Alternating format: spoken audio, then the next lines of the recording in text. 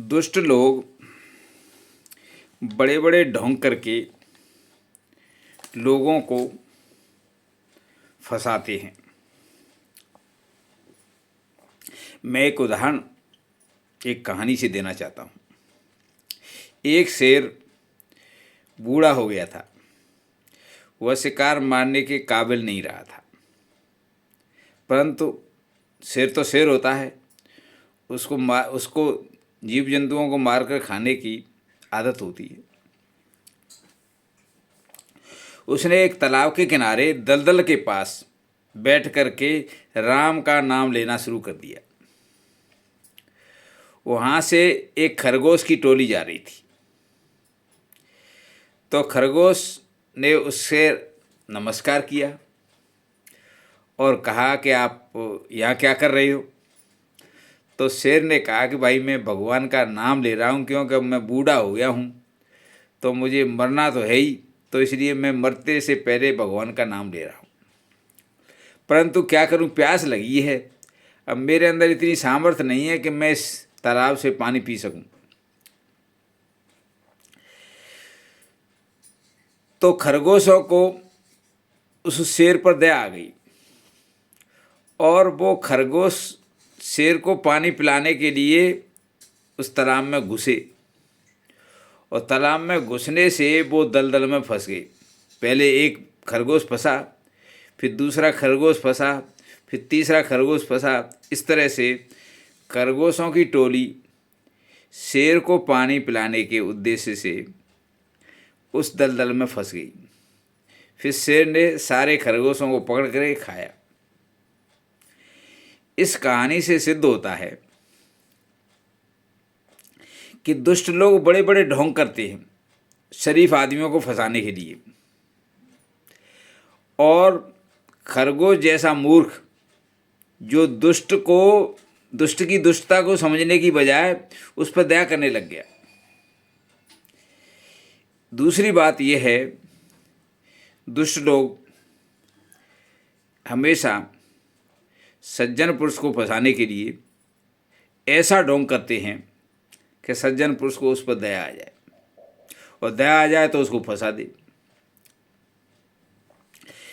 इसी बात को कुछ महापुरुषों ने इस तरह से कहा है कि दुष्ट की मित्रता सुबह की छाया की तरह होती है। सुबह आदमी की परछाई सुबह बड़ी होती है, फिर धीरे धीरे धीरे धीरे कम होते होते दोपहर को जीरो हो जाती है। यानी जो मित्रता पहले बढ़े और फिर धीरे धीरे कम हो, तो आप सोच लो कि वो सामने वाला दुष्ट है। ये दुष्ट की पहचान करने का एक तरीका ये भी है। दूसरा, दुष्ट से मित्रता आग के अंगारे की तरह से होती है। अगर अंगारा गर्म है तो हाथ को जला देगा, और अगर अंगारा ठंडा है तो हाथ को काला कर देगा। कहने का मतलब ये है कि दुष्ट से मित्रता हमेशा घाटे का सौदा है। दुष्ट से मित्रता नहीं करनी चाहिए, वो आपको हमेशा दुखदाई होगी। और कुछ जन्मजात दुष्ट होते हैं, उन पर तो विश्वास करना ही नहीं चाहिए। इस तरह से दुष्ट से मित्रता या दुष्ट के प्रति दया करना या दुष्ट से दोस्ती करना, इसके बारे में बताया है। यह जो दृष्टांत है, यह हमारे साहित्य में लिखा हुआ है। वैसे मैंने कोई बना के नहीं बताया है, परंतु यह दृष्टांत महाभारत में विदुर की नीति में आता है। ये यानी विदुर नीति का एक दृष्टांत है ये। अब मैं बताता हूँ सज्जन से मित्रता कैसे होती है। देखिए, सज्जन की मित्रता शाम की परछाई की लंबाई के बराबर होती है। यानी शाम के टाइम में परछाई पहले बढ़ती है, फिर धीरे धीरे बढ़ती चली जाती है, और अंत में अनंत हो जाती है परछाई। इसी तरह से सज्जन पुरुष से जो मित्रता होती है वो पहले बहुत कम होती है, धीरे धीरे बढ़ती है, और अंत में वो मित्रता स्थायी हो जाती है।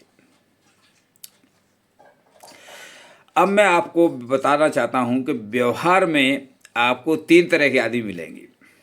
पहले दुष्ट, वो आपसे दोस्ती फटाफट करने का प्रयास करेंगे। उस दोस्ती करने में 2 उद्देश्य होंगे। एक तो ये उद्देश्य होगा कि वो आपसे मिलकर के अपने बलवान दुश्मन का बुरा करना चाहती हैं।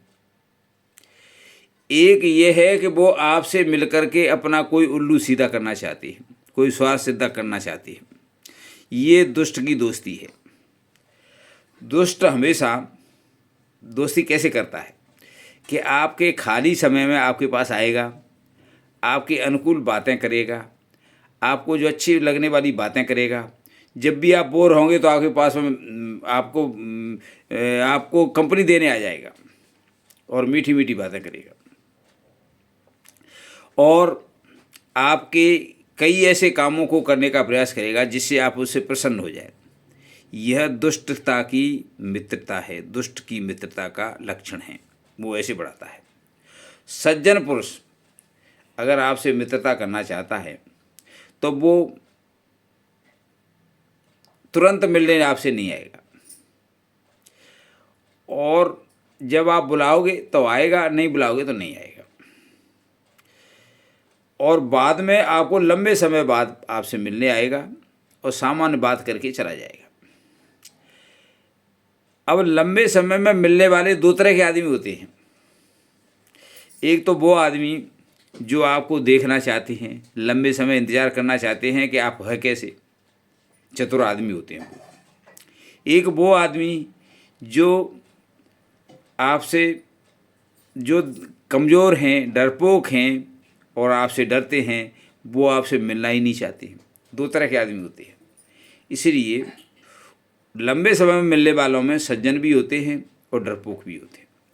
सज्जन पुरुषों की पहचान ये होती है कि वो मित्रता धीरे धीरे करते हैं और उस मित्रता को बढ़ाते चले जाते हैं। कुछ लोग, तीसरे तरह के जो लोग होते हैं वो ये होते हैं कि वो सहज आदमी होते हैं। वो उनका स्वभाव होता है मिलने का, उनका कोई स्वार्थ नहीं होता है, स्वभाव होता है मिलने का। ऐसे सज्जन पुरुषों को सम्मान भी देना चाहिए। इसीलिए 3 तरह के आदमियों को 3 तरह से परखना चाहिए और 3 तरह से उनको सम्मान देना चाहिए। पहले दुष्ट का सम्मान, उससे सतर्क रहना चाहिए। दूसरा सज्जन का सम्मान, उससे कभी उसका अपमान नहीं करना चाहिए। तीसरा अवसरवादी का से हमेशा अवसर के अनुसार ही बात करना चाहिए। इस तरह से विदुर ने दुष्ट, सज्जन और उदार व्यक्तियों से मित्रता करने का तरीका बताया है। धन्यवाद।